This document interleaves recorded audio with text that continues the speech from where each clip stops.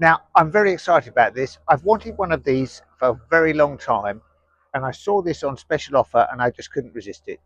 It's an olive tree. Now, believe it or not, you can grow olive trees in the UK.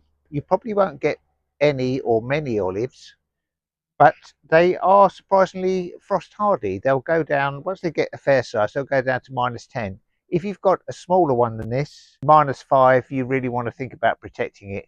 The main thing with them is they do like it hot and sunny, so you really do need a sunny spot for it. What I'm going to do today, I'm going to repot it because we've got it in this pot here and I want to put it in this pot here.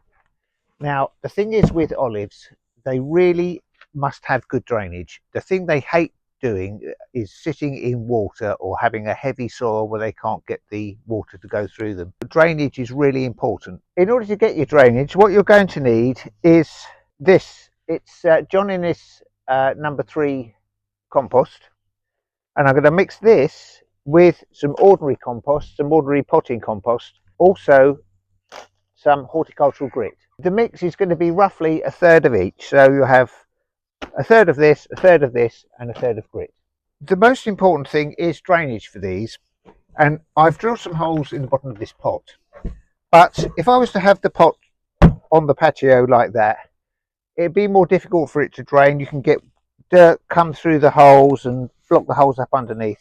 What you want to do is actually have it on blocks, something that will raise those holes off the ground. When you put the pot onto the bricks or whatever you're standing it on, just make sure that the holes are uncovered. What I'm going to do is mix it up in a separate bucket, just have a sort of rough guesstimate, and then pour it in. Now, the thinking used to be that we'd cover the bottom holes, or the bottom of the pot, with crocks or grit or stones. That thinking has changed because new research has shown that if the grit isn't mixed in and it just lays at the bottom, it will form what they call a perched water table, because the water doesn't like going from soil into a different gravelly medium. It will sort of hang at the bottom of the soil and form a sort of little water table.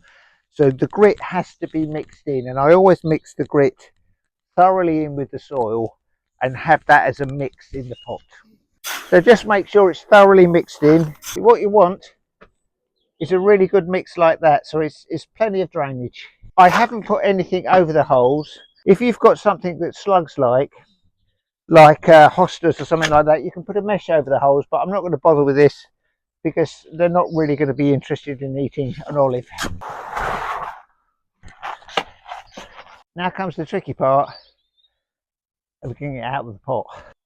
Oh, not too bad, not too bad. Right, what I'm going to do now is measure the hole so that I can get it the right depth just to drop that straight in. And then I'm just going to backfill around the edges. Okay, well that's the pot filled.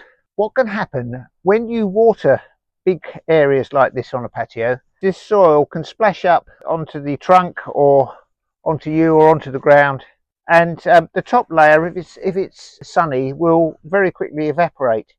Now, in order to stop this, what we do is put a thin layer of the grit on the top just to finish it off. It also does deter, if you do happen to want to plant anything in here, deter slugs.